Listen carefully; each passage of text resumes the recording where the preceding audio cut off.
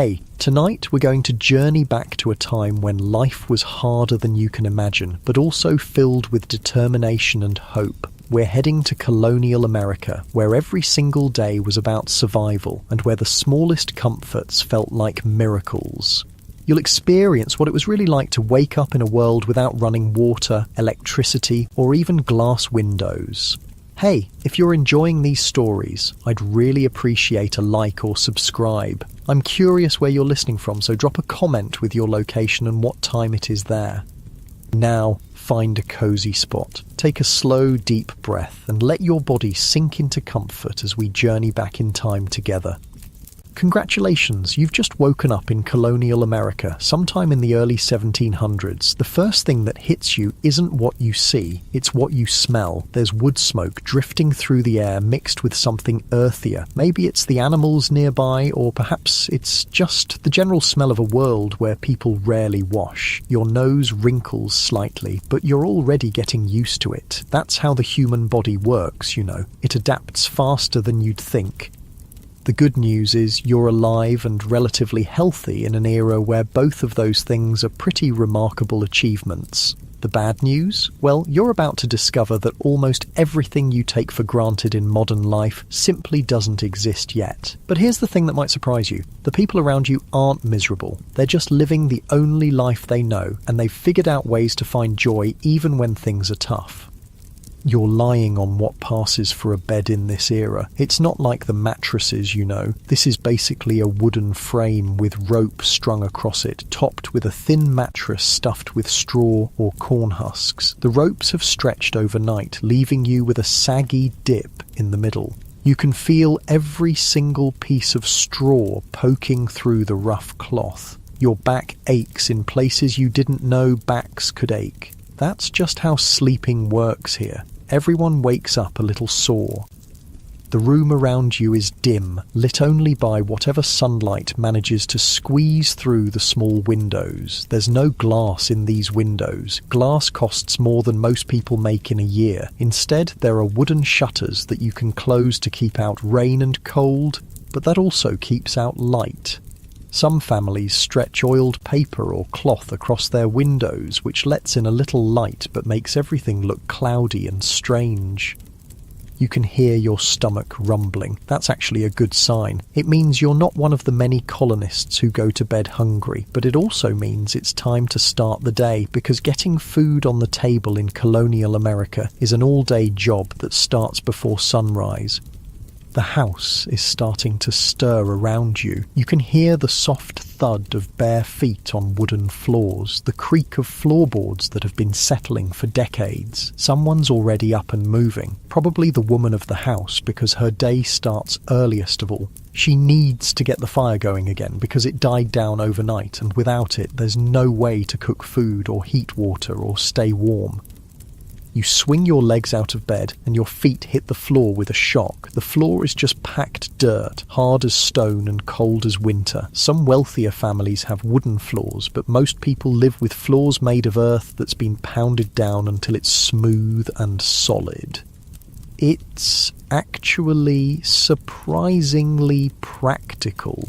Easy to sweep, and it doesn't cost anything to install, but it's always cold, and when it rains hard, sometimes water seeps up through the ground. The cold hits your body like a slap. There's no central heating here, obviously, and the fire that kept the house slightly warm yesterday evening has died down to glowing coals. You can see your breath in the air. Everyone's breath makes little puffs of steam in the morning, even in summer. In winter, people sometimes wake up to find frost on the insides of their windows and ice in their water buckets. You're wearing the same clothes you wore yesterday, and the day before, and the day before that. This isn't because you're lazy or dirty, it's because most people in Colonial America own exactly one set of everyday clothes, maybe two if they're lucky. There's one set for everyday work, and one set for church on Sundays. The fabric is rough and scratchy against your skin. It's usually made of wool or rough linen, woven by hand and sewn by hand with thick, uneven stitches designed to hold up under years of hard wear. Your clothes smell like wood smoke and sweat and general human living, but so does everyone else's, so nobody notices. That's one of those weird things about living in a time when everyone smells pretty much the same. Your nose just stops registering it as unusual. It's background noise, like the sound of cars in a modern city. Walking to the window, you push open the wooden shutters and peer outside. The sun is just starting to rise, painting everything in that soft golden light that makes even the hardest life look beautiful for a moment. You can see other houses scattered around, most of them looking very much like the one you're in. Small, wooden, with steep roofs and tiny windows. Some are made with a technique called wattle and daub, where thin wooden sticks are woven together like a basket and then covered with a mixture of mud, straw and animal dung that hardens into surprisingly sturdy walls. The landscape looks different than you'd expect. There are stumps everywhere, big thick tree stumps that show where massive trees once stood. Clearing land for farming is back-breaking work that takes years, and colonists often just cut down trees and leave the stumps to rot, rather than spending the enormous effort it takes to dig them out. The fields between the stumps are planted with corn, wheat or other crops that will hopefully keep everyone fed through the winter. You can see smoke rising from chimneys all around the area. Everyone's starting their day the same way, getting the fire going, because fire is literally life in colonial America. Without fire, you can't cook food, heat water, stay warm, or have light when the sun goes down. Keeping a fire going safely is a skill that can mean the difference between life and death, especially in winter. The sound of chickens clucking and roosters crowing fills the air. Almost every family keeps chickens because eggs and the occasional chicken dinner are crucial sources of protein. You might also hear the lowing of a cow or the snorting of pigs. Animals aren't pets here, and they're walking food supplies, and they're often kept close to the house where they can be protected from wild animals and thieves. Your stomach rumbles again, louder this time. Time to think about breakfast, though breakfast is a generous term for what you're about to eat. Most colonial families start the day with something called mush, basically a porridge made from cornmeal and water, maybe with a little milk if the cow is producing. If you're lucky, there might be a bit of molasses or honey to sweeten it, but sugar is incredibly expensive and most families rarely taste it. The woman of the house is already in the kitchen area, which isn't really a separate room, but just one end of the main room where the big fireplace is. She's building up the fire, feeding small sticks and kindling to the coals that she kept alive overnight. This is skilled work. If the fire dies completely, she'll have to walk to a neighbour's house to get live coals to restart it, because matches won't be invented for another century or so. You can hear the scrape of metal on metal as she hangs an iron pot over the fire. Everything about cooking here is heavy and hot and dangerous. The pots are made of thick iron that weighs more than you'd believe. The fire throws off sparks and unpredictable heat. Burns are incredibly common, and a serious burn can easily kill you because there are no antibiotics or modern medical care. Water for the mush has to be carried from somewhere else. Maybe a well, maybe a stream, maybe just a rain barrel where water is collected and stored. There are no taps, no pipes, no indoor plumbing of any kind. Every drop of water used in the house has to be carried in by hand, bucket by bucket. That makes you very conscious of how much water you use. Washing dishes means heating water over the fire and using as little as possible. The smell of the cornmeal porridge starts to fill the house as it cooks. It's not an unpleasant smell, earthy and warm and filling. Your mouth starts to water because your body knows that this simple food is going to have to fuel you through a day of hard physical work. There's no such thing as sitting around in colonial America. Everyone, including children, works from sunrise to sunset just to keep the family alive and fed. While the food cooks, you might hear the sound of someone else in the family starting their morning chores. Maybe it's the crack of wood being split for the fire, or the squeak of a door as someone goes out to check on the animals. Even young children have jobs: feeding chickens, gathering eggs, carrying water, or sweeping floors. There's always work to be done, and everyone's labour is necessary for survival. The house around you is small and simple, but it represents an enormous amount of work. Every piece of wood was cut by hand and shaped by hand. Every nail was made by a blacksmith, one at a time. The windows, if there are any real windows with glass, cost more than most people earn in months. Nothing here was mass-produced or came from a store. Almost everything was made by the family or traded for with neighbours.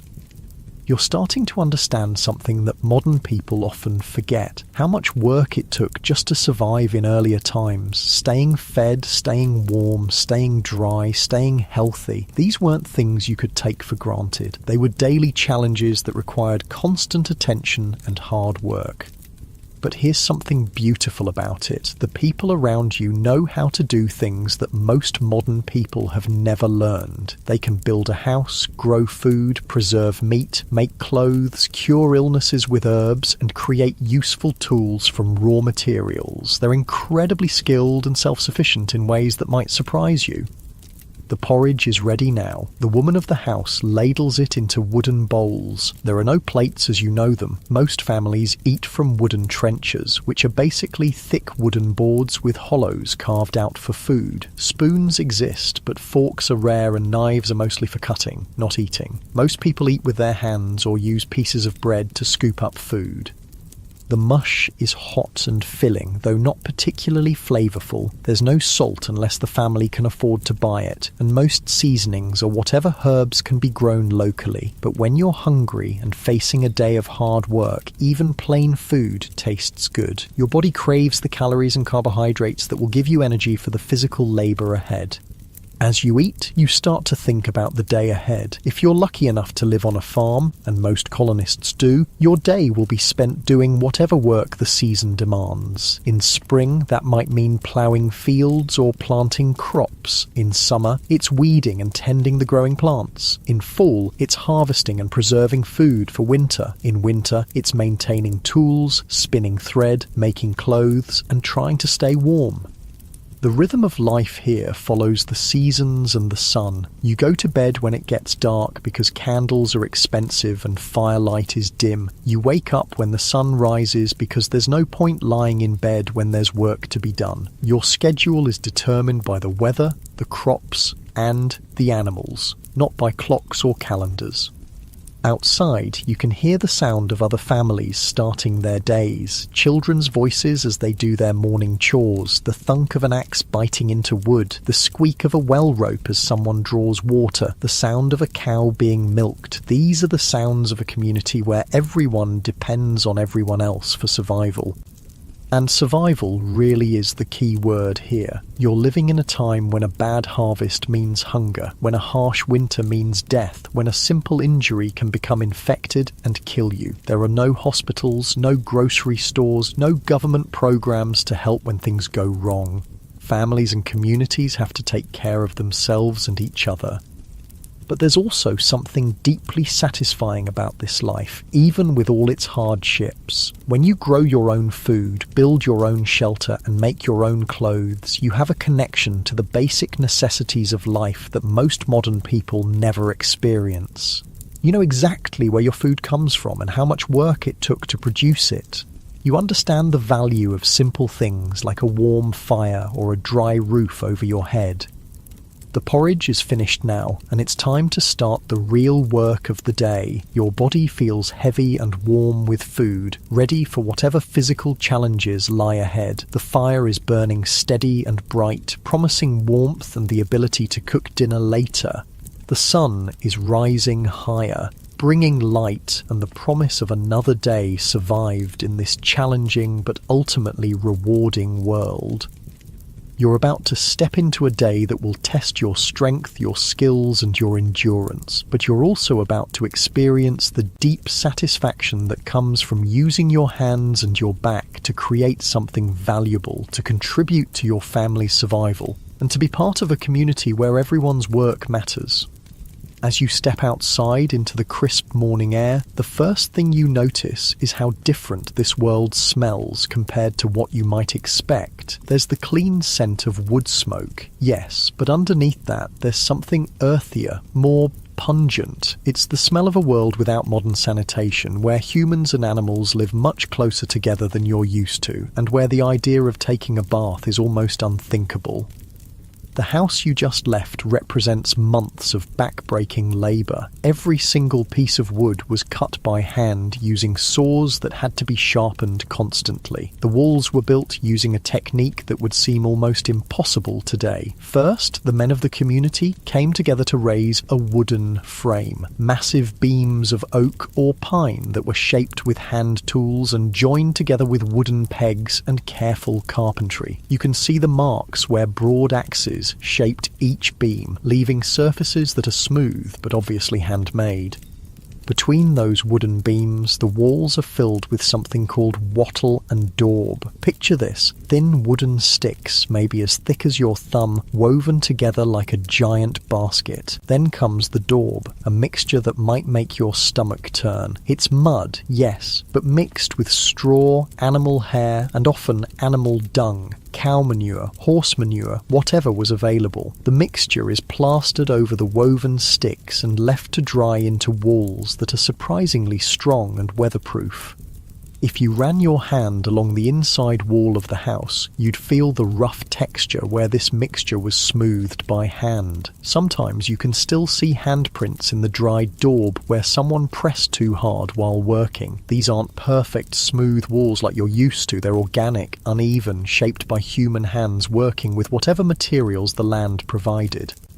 The roof above your head is probably made of thatch, layers and layers of dried straw or reeds woven together so tightly that water runs off instead of soaking through. Building a thatched roof is an art form that takes years to learn. The thatcher starts at the bottom and works up, layering the straw so that each row overlaps the one below it. When it's done properly, a thatched roof can last for decades and keep a house completely dry even in the worst storms.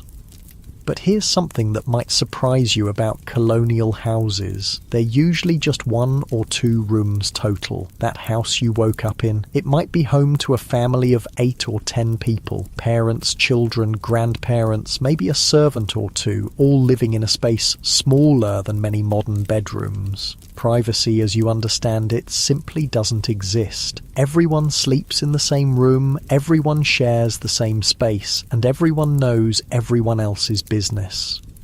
The lack of privacy extends to something that modern people find almost unimaginable. What happens when you need to use the bathroom? As you walk around the property, you notice a small wooden structure set back from the house, maybe 50 or 100 feet away. That's the privy, or outhouse, and it's where every member of the family takes care of their most basic biological needs. The outhouse is basically a wooden shed built over a deep hole in the ground. Inside, there's a wooden seat with a hole cut in it, and underneath that hole is a pit that might be 6 or 8 feet deep. There's no toilet paper. That won't be invented for another century.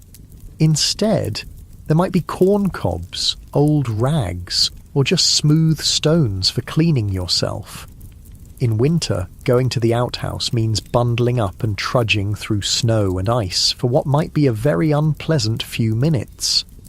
But here's the thing that really shows how different life was. When that pit gets full, someone has to dig a new one and move the outhouse. Imagine that job on a hot summer day. The waste doesn't just disappear, it sits there, fermenting and attracting flies and creating smells that would make a modern person sick. And because most colonial settlements are built near water sources like streams or wells, that waste often seeps into the ground and contaminates the drinking water.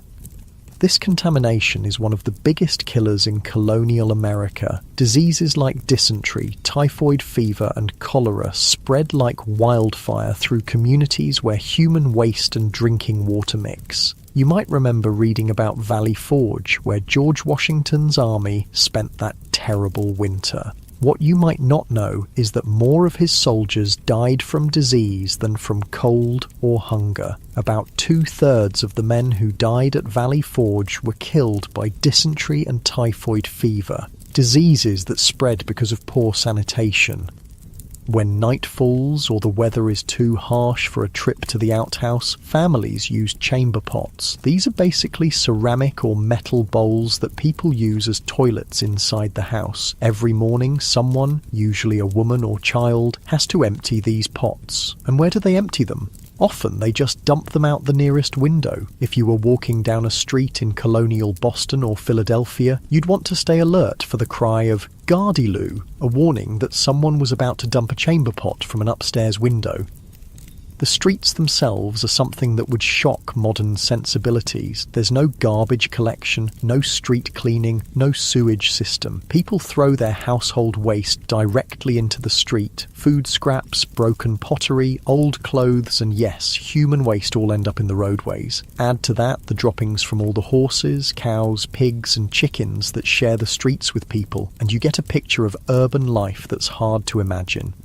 When it rains, these streets become rivers of filth. When it's dry, the waste turns to dust that blows around and gets into everything. The smell is something you'd have to experience to believe, and this isn't just in poor neighbourhoods. Even the wealthiest parts of colonial cities deal with these same sanitation problems.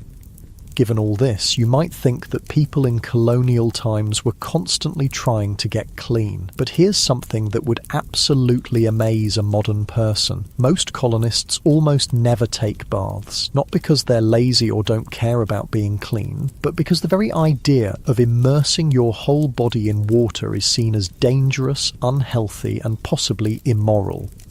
The typical colonial American might wash their face and hands once a day using a cloth and a basin of water. That's it. That's the extent of their daily hygiene routine. Their bodies, from neck to toe, might not be washed with soap and water for months at a time, maybe not even once a year.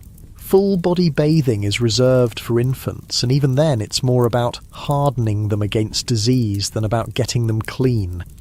Why this fear of bathing? Part of it comes from medical beliefs of the time. Many doctors believe that water can weaken the body or make it more susceptible to disease. They think that the natural oils and dirt on your skin actually protect you from illness. The idea that cleanliness prevents disease, something we take for granted, simply hasn't been discovered yet. Religion plays a role too. Some religious leaders preach that too much attention to the body is vanity, and that suffering through discomfort is good for the soul. The Puritans, who have a huge influence on colonial culture, believe that cleanliness is important for moral reasons. But they mean clean clothes and tidy homes, not clean bodies. There's also the practical matter of heating water. Remember, every drop of water has to be carried by hand and heated over a fire. Heating enough water to fill a bathtub would take hours and use enormous amounts of precious firewood. For most families, it's just not worth the expense and effort. So, what do people smell like?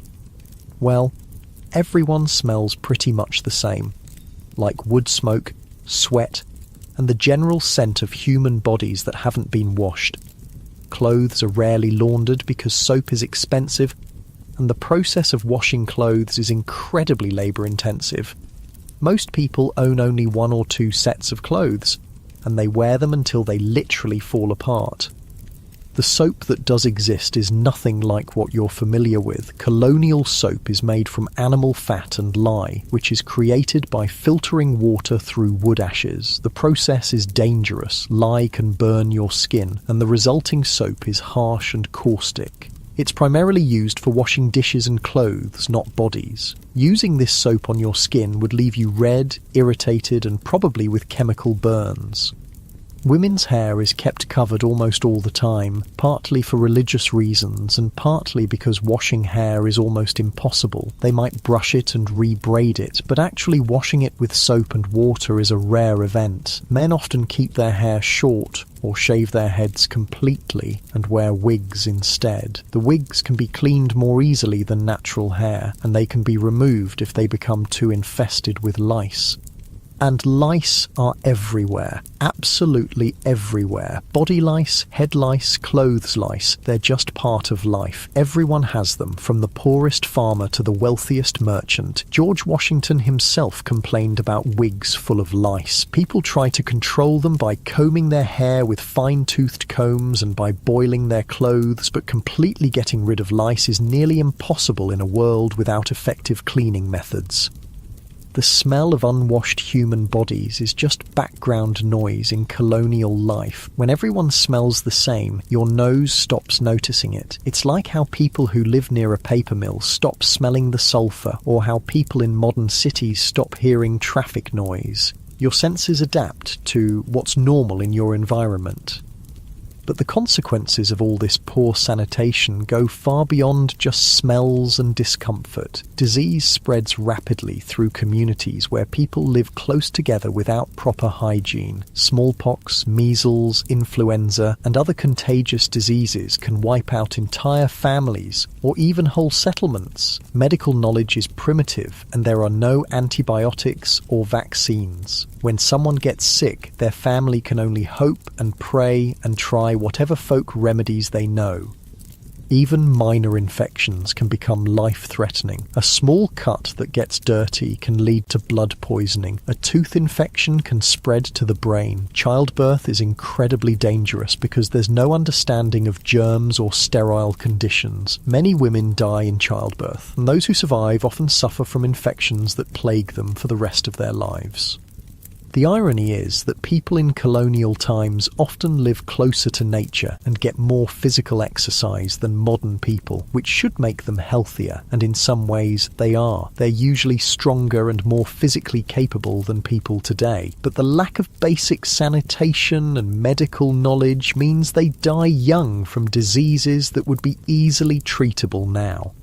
Children are especially vulnerable. It's not uncommon for families to lose half their children before they reach adulthood. Parents don't even name babies until they're several months old because infant mortality is so high. When you see colonial graveyards, you'll notice how many tiny headstones there are marking the graves of children who lived only days or weeks. Despite all these challenges, colonial families develop strategies for dealing with the realities of their time. They burn certain herbs to mask odours and hopefully repel insects. They change their clothes more often than they wash their bodies. They keep their living spaces as clean as possible, even if their bodies aren't clean by modern standards. And there's something to be said for the resilience this lifestyle builds. People in colonial times have incredibly strong immune systems because they're constantly exposed to germs and bacteria. Those who survive childhood are often remarkably hardy and able to withstand conditions that would make modern people seriously ill. The community aspect of colonial life also helps people cope with the hardships. When everyone faces the same challenges, there's a sense of shared struggle that brings people together. Neighbours help each other with difficult tasks, share resources during hard times, and provide emotional support when tragedy strikes. As you stand outside that colonial house, breathing in the morning air with all its complex smells, you're experiencing a world that's both harsher and more intimate than anything most modern people can imagine. It's a world where survival depends on community, where physical strength and practical skills matter more than book learning, and where the simple act of staying alive through another day is an achievement worth celebrating. The sun is climbing higher now, and the day's work is calling. Time to discover what it really means to earn your living with your hands and your back in a world where there are no shortcuts, no machines to do the work for you, and no safety net if you fail. The workday in colonial America begins the moment you can see your hand in front of your face, and it doesn't end until the last light fades from the sky. You're about to discover that staying alive in this era requires a level of physical effort that would exhaust most modern people within hours. Every single thing you eat, every piece of clothing you wear, every tool you use has to be created by hand from raw materials using techniques passed down through generations. Your empty stomach reminds you that the morning's cornmeal mush was just the beginning of a day centered around food, growing it, preparing it, preserving it, and constantly worrying about whether there will be enough to last through the winter. The difference between a good harvest and a bad harvest is literally the difference between life and death, and that knowledge shapes every decision a colonial family makes.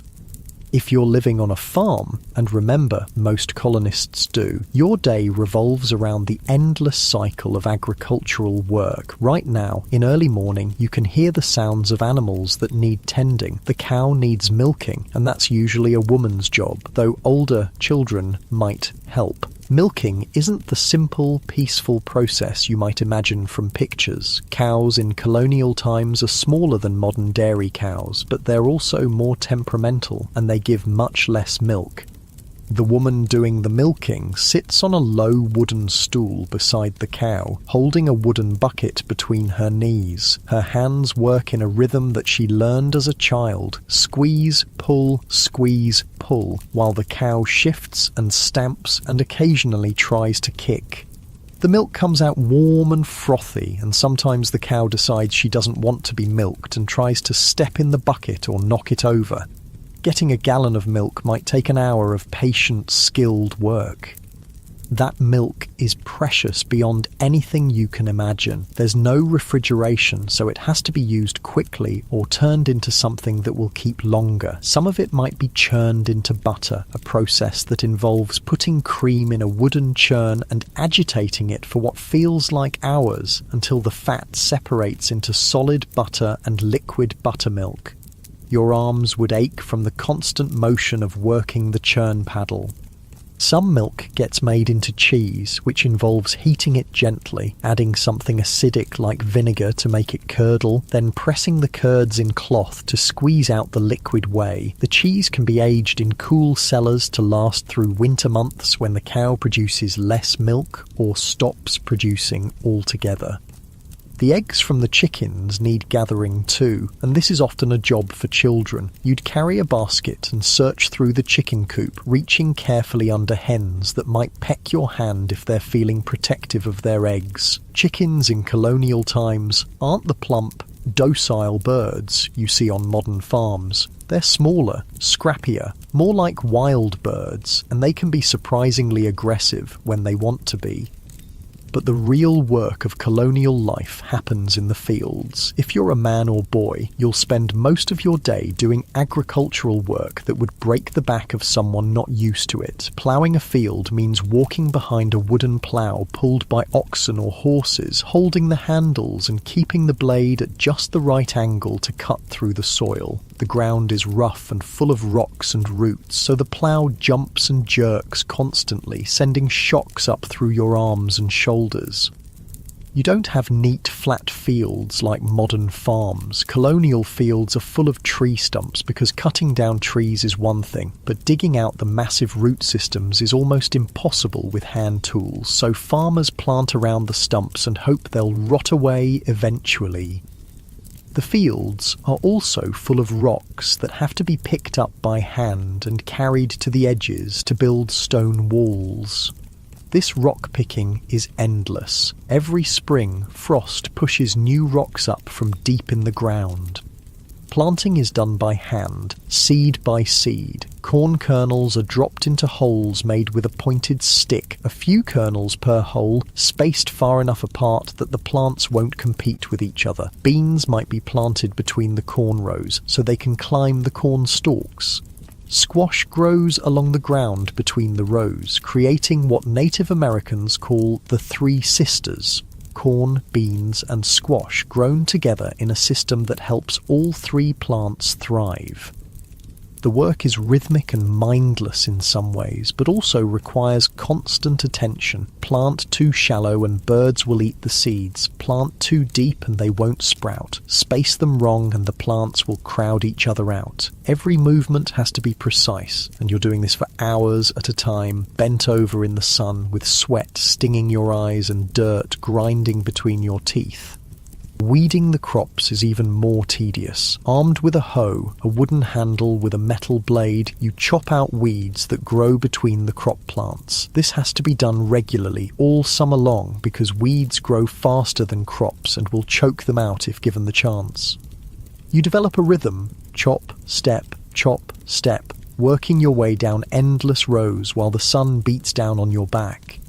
Harvest time is when everyone in the family works together from dawn to dusk. Corn has to be picked by hand, ear by ear, and then the kernels have to be removed from the cobs. This is often done as a community activity, with several families gathering together for a corn husking bee. People sit in a circle, talking and laughing while their hands work automatically, stripping kernels from cobs and dropping them into baskets.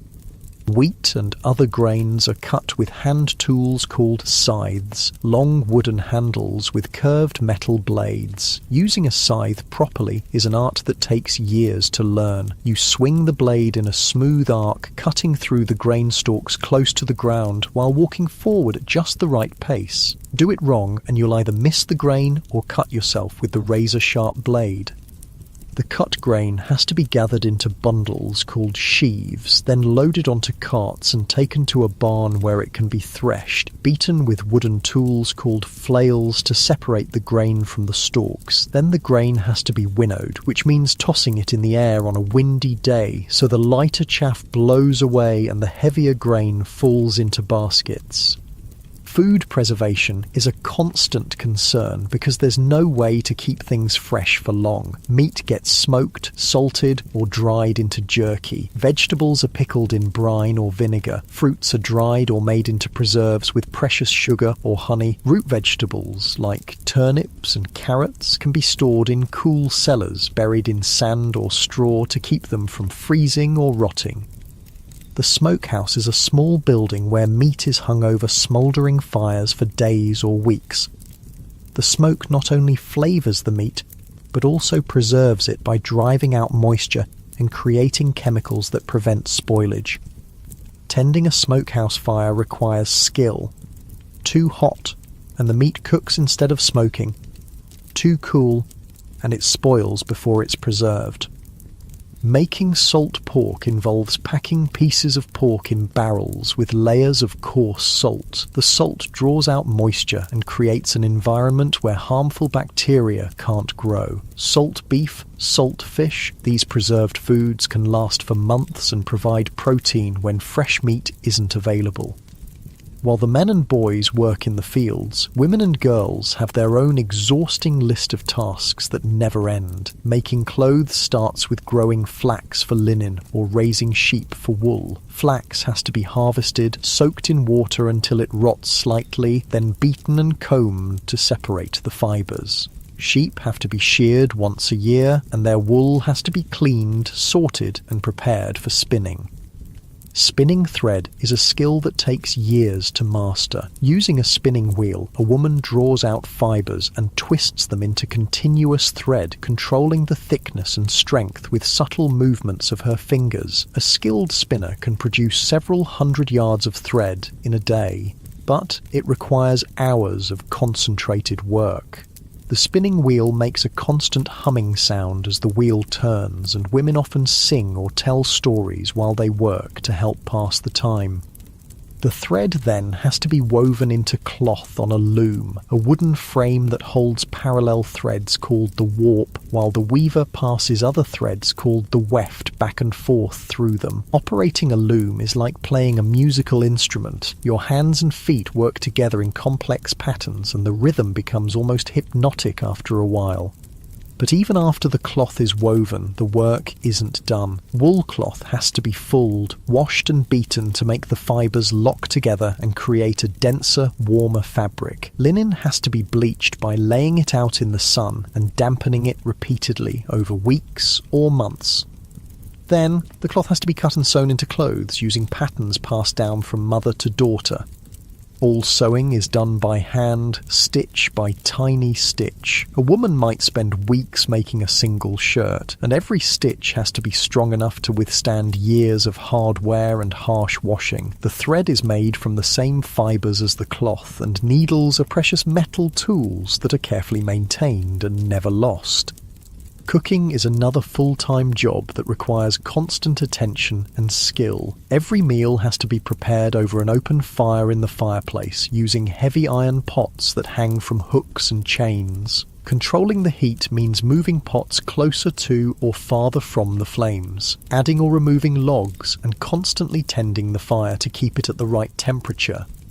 Bread baking happens in a stone or brick oven built into the side of the fireplace. First, a fire is built inside the oven chamber and allowed to burn until the stones are heated through. Then the coals and ashes are scraped out, loaves of bread are placed inside on wooden paddles, and the opening is sealed with a door or clay plug. The residual heat from the stones bakes the bread slowly and evenly. But you can only bake when the oven is hot, so bread baking is a major production that happens once or twice a week. Women often coordinate with neighbours so that several families can use the same oven on the same day, taking turns sliding their loaves in and out of the hot chamber. Preparing other meals means constant stirring of stews and porridges to keep them from burning, careful attention to roasting meat on spits that have to be turned by hand, and managing multiple pots and pans over a fire that throws off sparks and unpredictable heat. Burns are incredibly common, and a serious burn can easily become infected and kill you.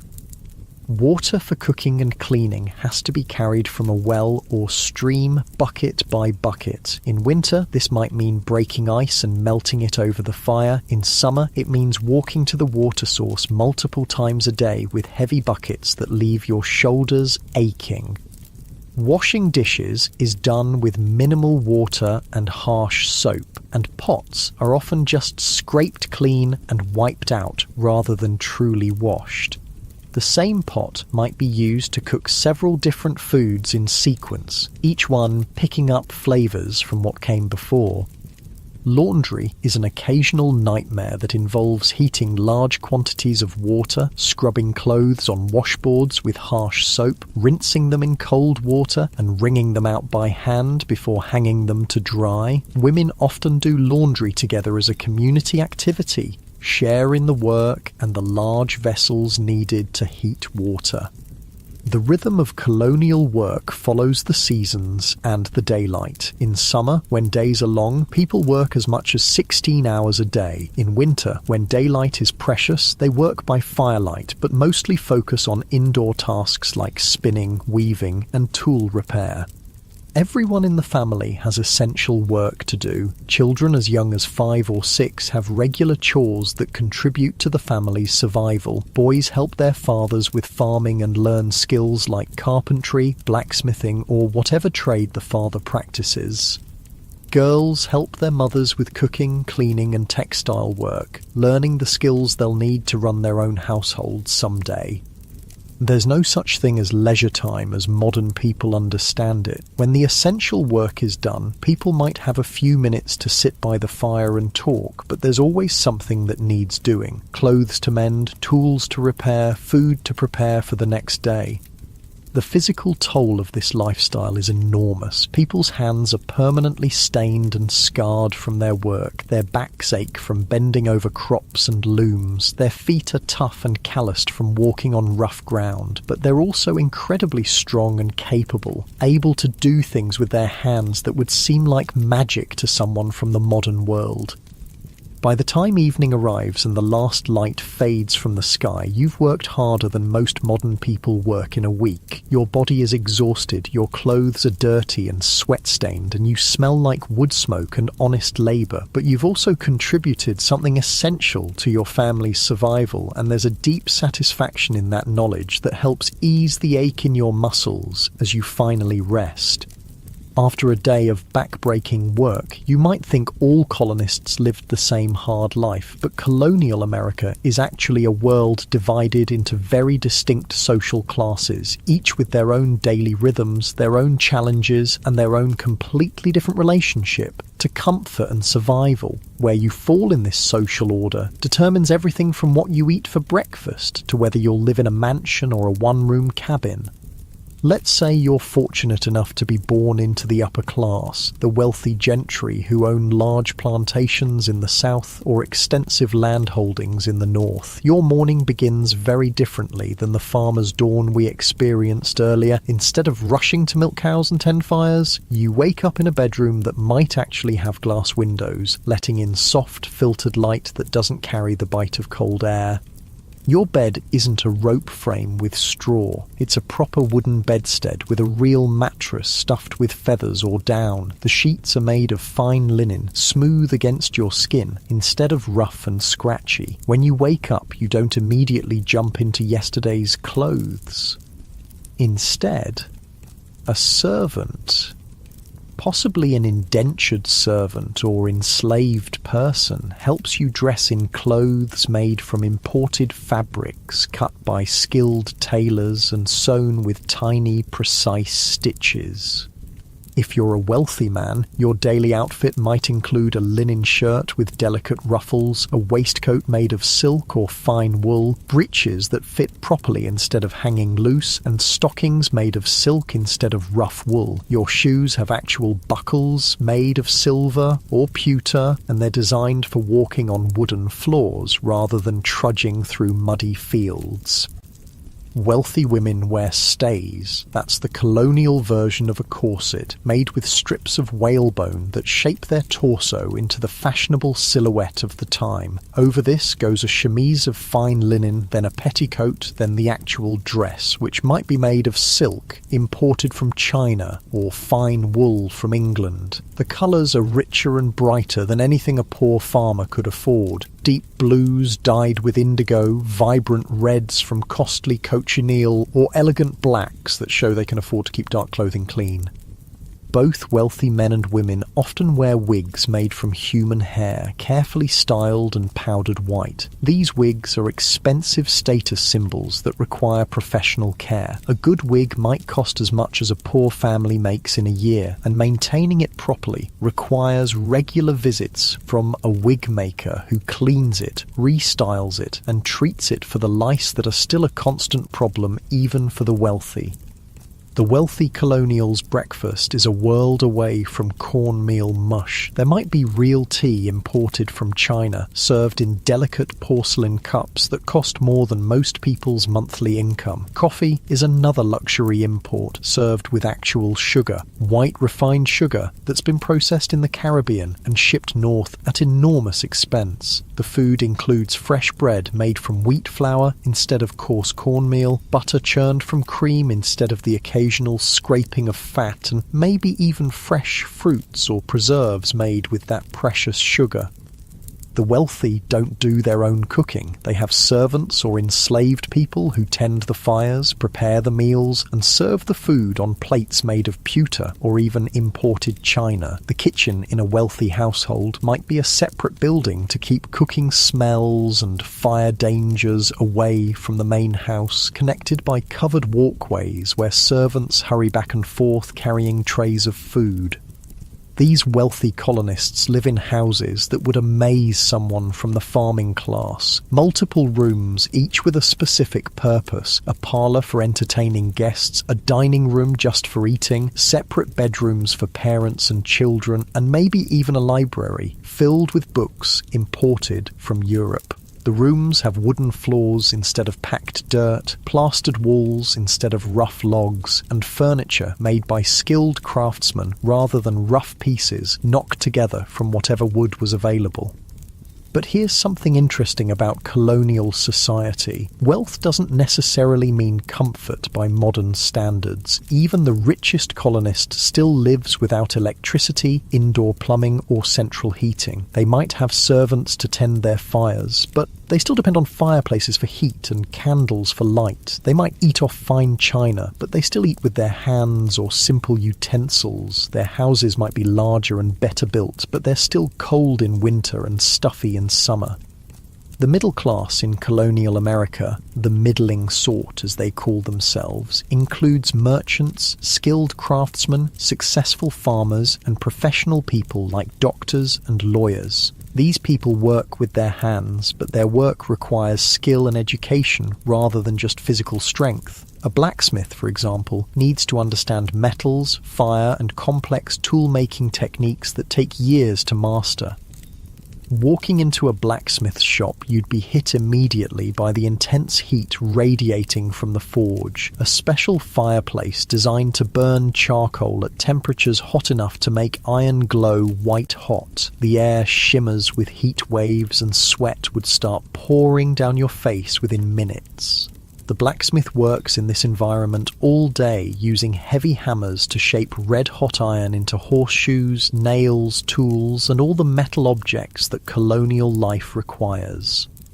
The rhythm of blacksmithing is hypnotic, the roar of the bellows forcing air into the fire, the ring of hammer on anvil, the hiss of hot metal being plunged into water to cool and harden it. A skilled blacksmith can judge the temperature of iron by its colour and know exactly when it's ready to be shaped. Too hot and it crumbles, too cool and it won't bend. The timing has to be perfect. Carpenters and cabinet makers work with hand tools that require incredible skill to use properly. A master carpenter can shape a piece of wood with an adze, basically a sharp blade mounted perpendicular to a handle, creating smooth, curved surfaces that look almost machine-made. They can cut precise joints that fit together perfectly without any nails or screws, using only wooden pegs and the natural properties of the wood itself. These skilled craftsmen often live above or behind their workshops in houses that reflect their status as neither wealthy nor poor. The furniture is well made but not fancy, the food is adequate but not luxurious, and the clothes are sturdy and well fitted but made from practical fabrics rather than expensive imports. City life in colonial America offers opportunities that don't exist in rural areas, but it also brings challenges that farm families never face. In cities like Boston, New York, or Philadelphia, you might wake up to the sound of church bells marking the hours, the rumble of cartwheels on cobblestone streets, and the calls of street vendors hawking their wares. Cities have actual streets instead of just paths through the forest, though these streets are narrow, crowded, and often impassable during bad weather. Houses are built close together, sometimes sharing walls, and the smells and sounds of your neighbours are impossible to escape. In summer, the concentration of people and animals creates odours that are overwhelming even by colonial standards.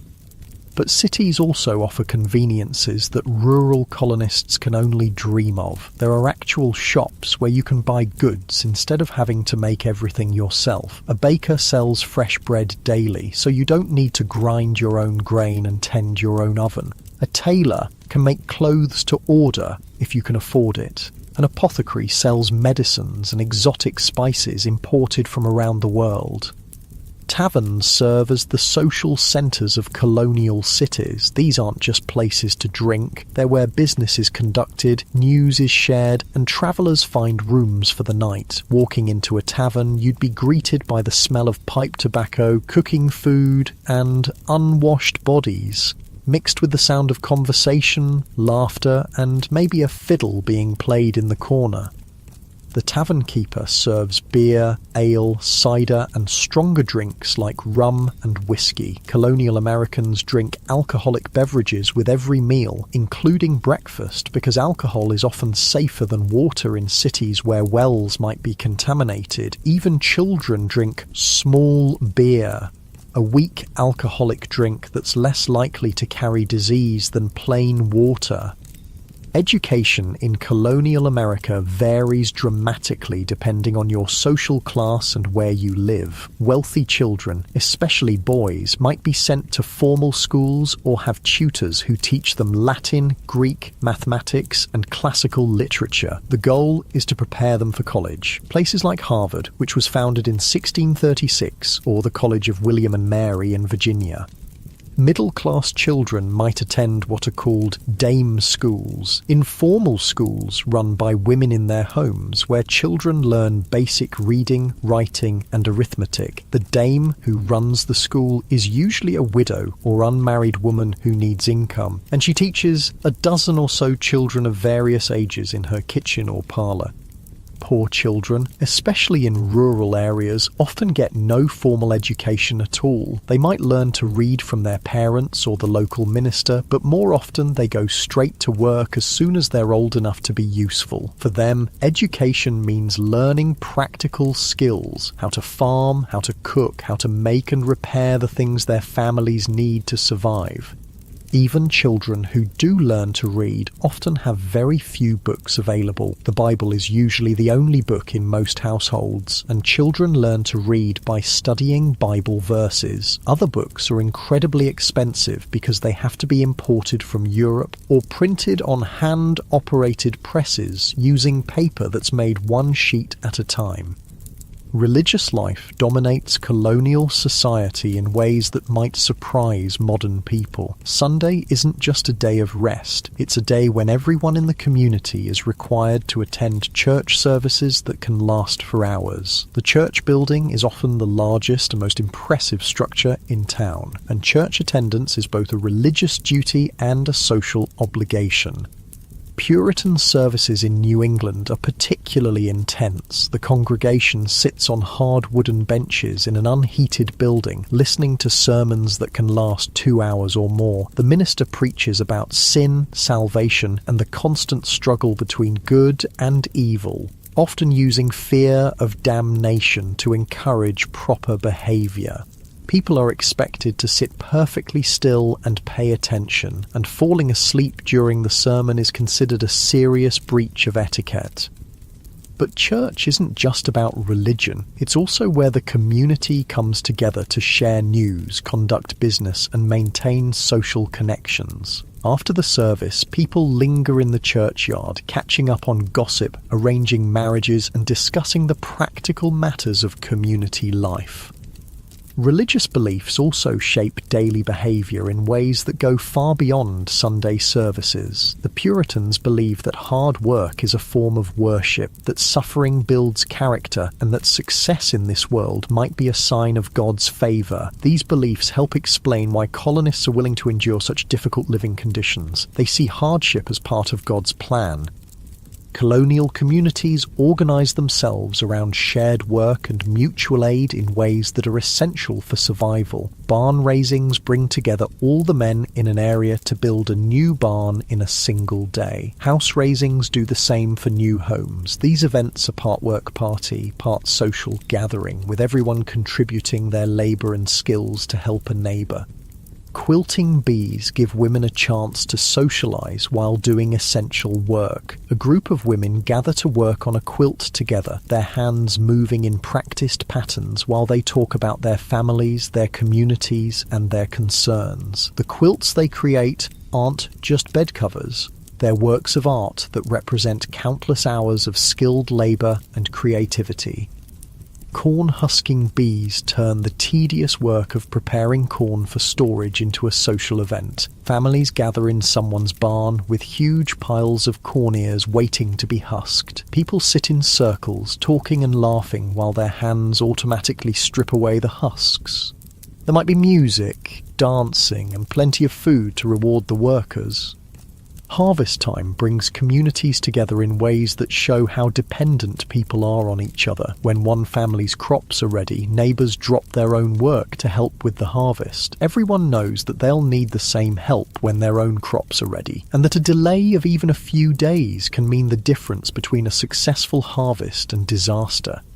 The differences between the three colonial regions, New England, the Middle Colonies, and the South, create distinct cultural patterns that affect daily life in profound ways. New England, with its rocky soil and harsh winters, develops a culture based on small farms, fishing, and eventually manufacturing. The Middle Colonies, with their fertile soil and mild climate, become the breadbasket that feeds much of colonial America. The South, with its long growing season and rich soil, develops a plantation system based on cash crops like tobacco and rice.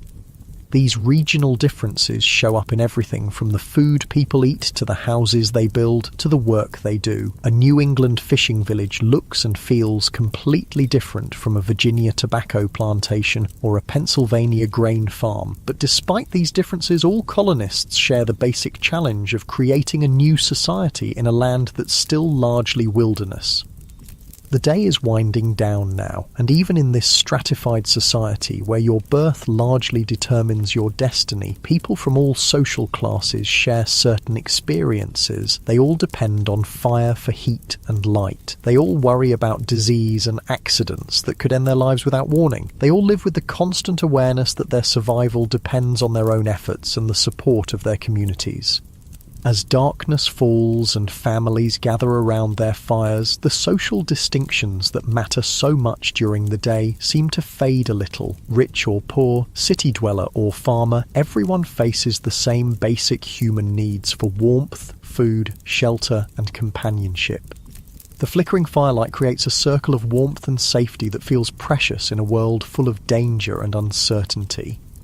As winter settles over your colonial community, the harsh realities of life become even more apparent, but so do the remarkable ways that people adapt, survive, and even find joy in the midst of hardship. This is the season when the fragility of colonial life shows most clearly, when a simple illness can become a death sentence, when staying warm becomes a daily struggle, and when communities either pull together or fall apart under the pressure of survival.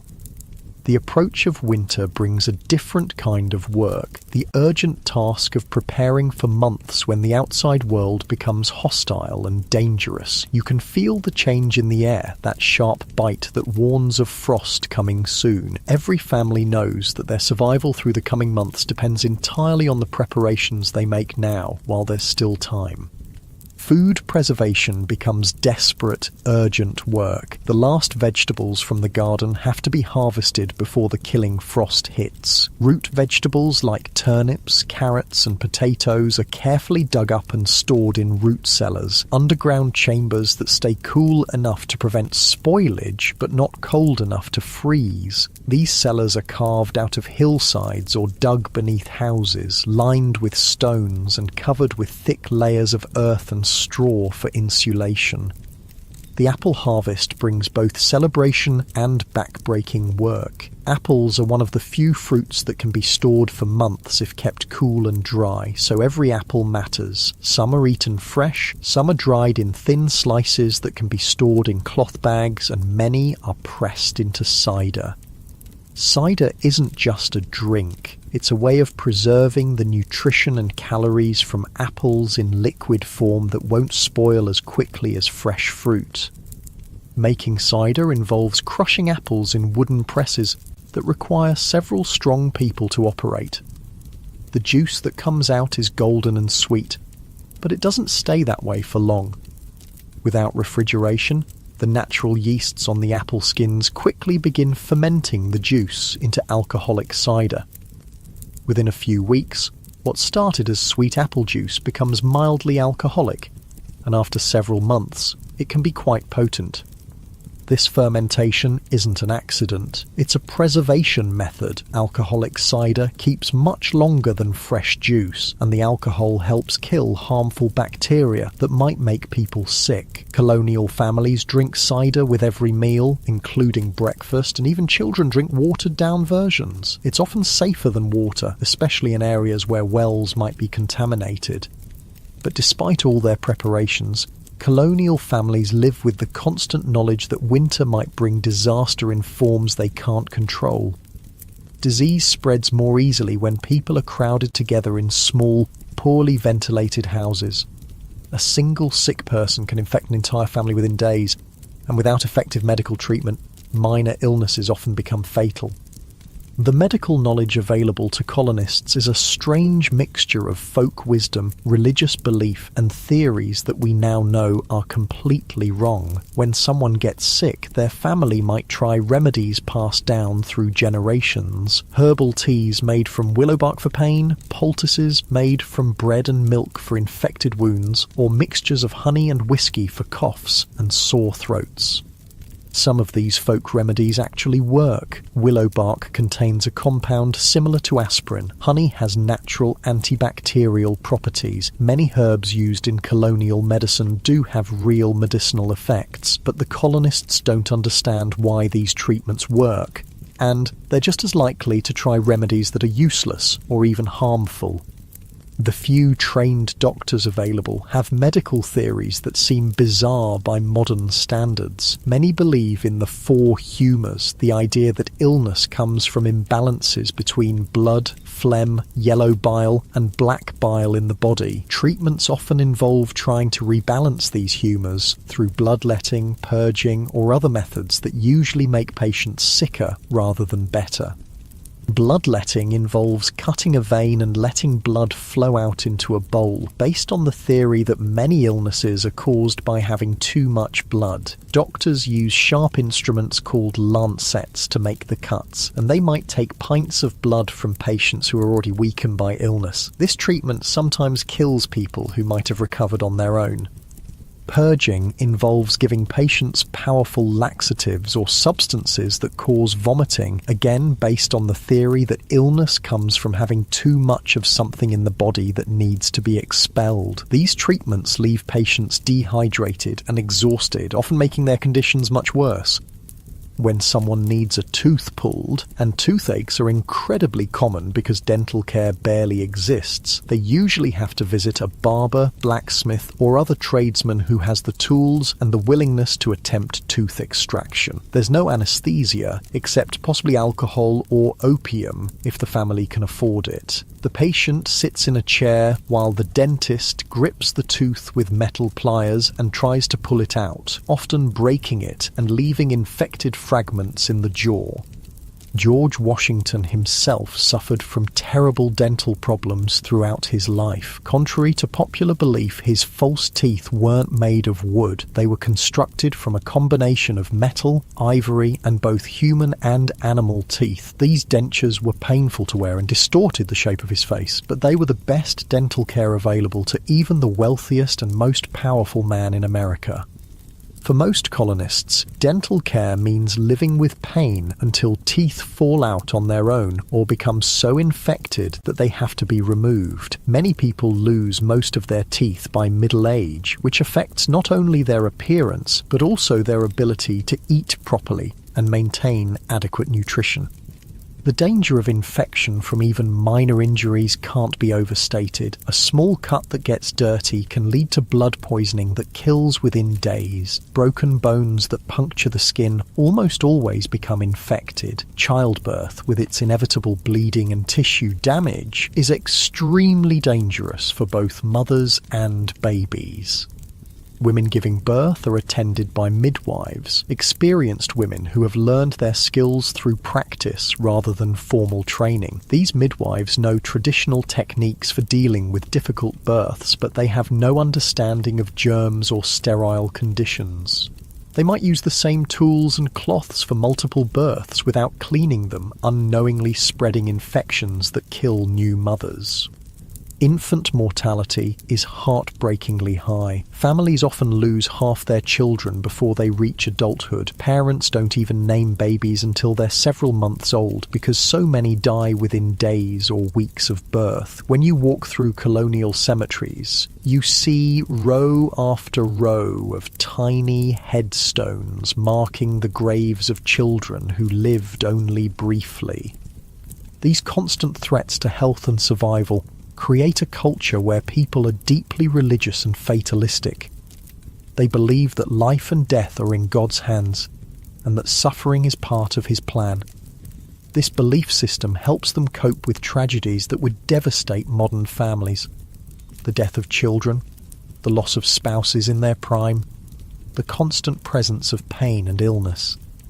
But colonial life isn't all hardship and suffering. People find ways to create joy and celebration even in the midst of difficulty. Winter evenings, when the day's work is done early because of short daylight hours, become times for storytelling, music, and simple entertainment that brings families and communities together. Around the fireplace, families gather to share stories passed down through generations. These might be folk tales brought from Europe, stories about local events and characters, or religious stories from the Bible. The storyteller's voice rises and falls with the flickering flames, creating dramatic shadows on the walls and drawing listeners into worlds of adventure and imagination. Music is a constant presence in colonial life, though the instruments are simple and homemade. A fiddle made by a local craftsman provides music for dancing at community gatherings. Someone might play a wooden flute carved from a piece of maple, or beat out rhythms on a drum made from a hollow log with animal skin stretched across the top. Singing is free entertainment that everyone can participate in. Families sing together while they work, mother and daughters harmonizing while they spin thread, father and sons keeping time while they split wood. The songs might be hymns learned at church, work songs that help coordinate group labor, or ballads that tell stories of love, loss, and adventure. Children create their own entertainment from whatever materials are available. A piece of wood becomes a doll, a handful of stones becomes a game, a length of string becomes a toy called a whirligig that spins and buzzes when you pull it tight and release it. Boys might play with wooden hoops that they roll along the ground with sticks, or carve whistles from pieces of willow bark. Girls practice the skills they'll need as adults by playing with miniature versions of women's tools. They might have tiny spinning wheels, small looms, or doll-sized cooking pots that let them imitate their mother's work. These aren't just toys, they're training tools that teach essential life skills through play. Seasonal celebrations mark the rhythm of colonial life and provide breaks from the constant work of survival. Harvest festivals celebrate the successful completion of the year's agricultural work and give thanks for food that will carry the community through winter. These gatherings feature the best food the community can produce: fresh bread, roasted meat, preserved fruits, and that precious alcoholic cider. Christmas celebrations are quieter and more religious than modern holidays, focusing on church services and family gatherings rather than gift-giving. The Puritans actually disapprove of elaborate Christmas celebrations, viewing them as too close to Catholic traditions.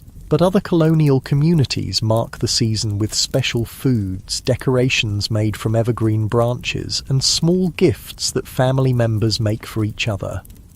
Spring brings celebrations of renewal and hope as communities emerge from the isolation and hardship of winter. The first green shoots appearing in gardens are cause for genuine joy after months of eating preserved and dried foods. The return of migratory birds, the blooming of fruit trees, and the warming of the soil all signal that the cycle of life is beginning again.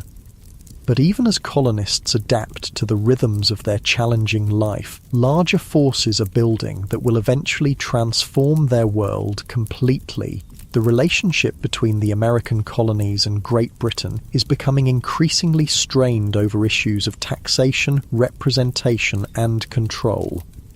The British government, deeply in debt from wars fought partly to defend the American colonies, begins imposing new taxes to raise revenue. The Sugar Act, the Stamp Act, the Townshend Acts. These measures require colonists to pay taxes on everything from molasses to paper to tea.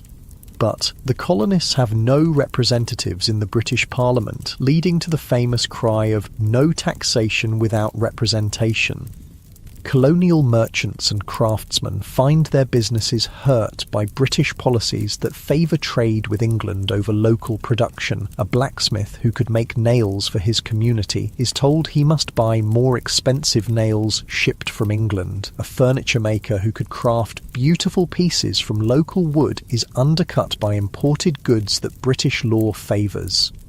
These economic pressures combine with a growing sense of American identity that's been developing for generations. Colonists who were born in America, whose parents and grandparents were born in America, begin to think of themselves as Americans rather than British subjects.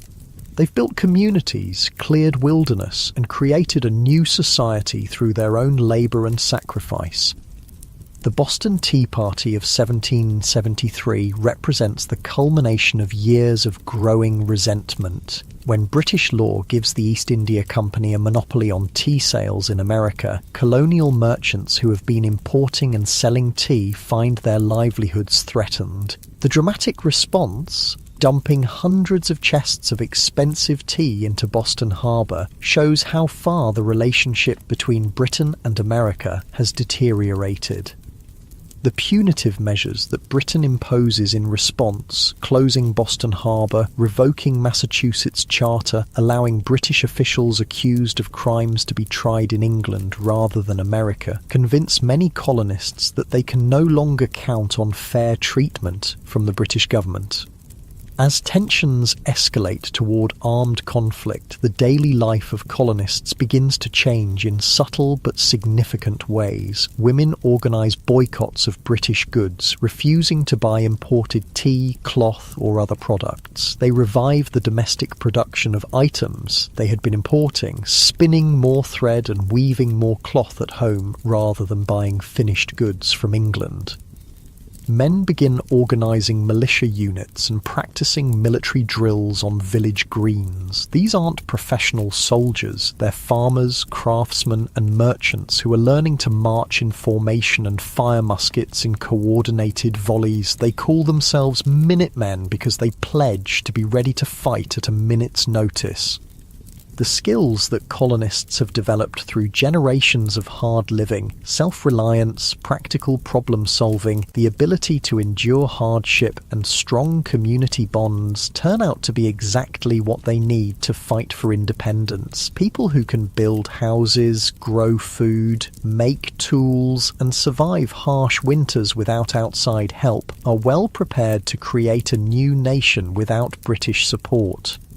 When the revolution finally comes, it brings new hardships, but also new hope. The Continental Army suffers terribly during that winter at Valley Forge, but the soldiers who survive are largely colonial farmers and craftsmen who already know how to endure cold, hunger and discomfort.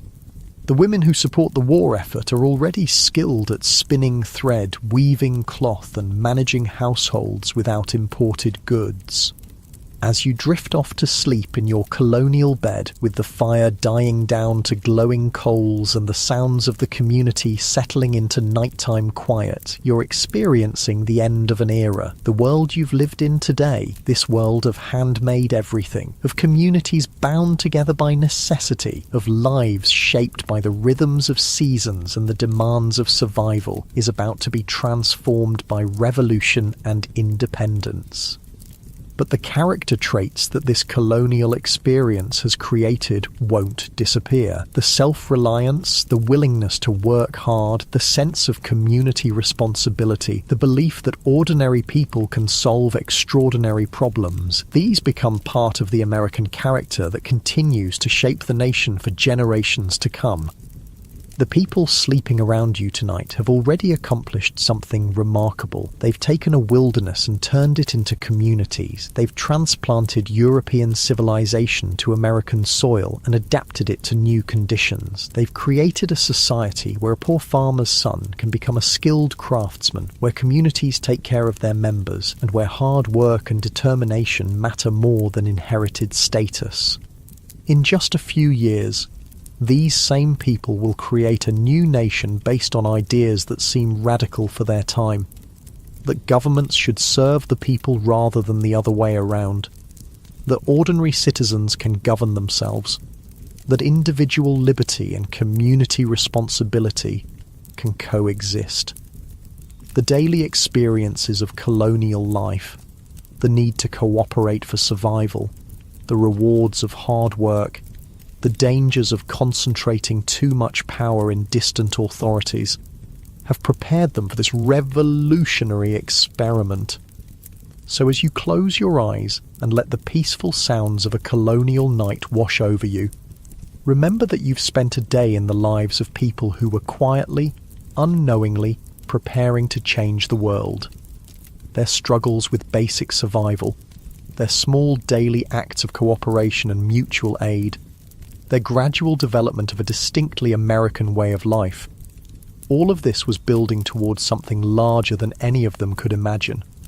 The morning will bring another day of hard work, another round of challenges and small triumphs, another opportunity to prove that free people can take care of themselves and each other. And eventually, all those mornings will add up to something extraordinary. A new nation built on the foundation of everything these colonial Americans learned about life, work, community, and the quiet dignity of ordinary people doing extraordinary things.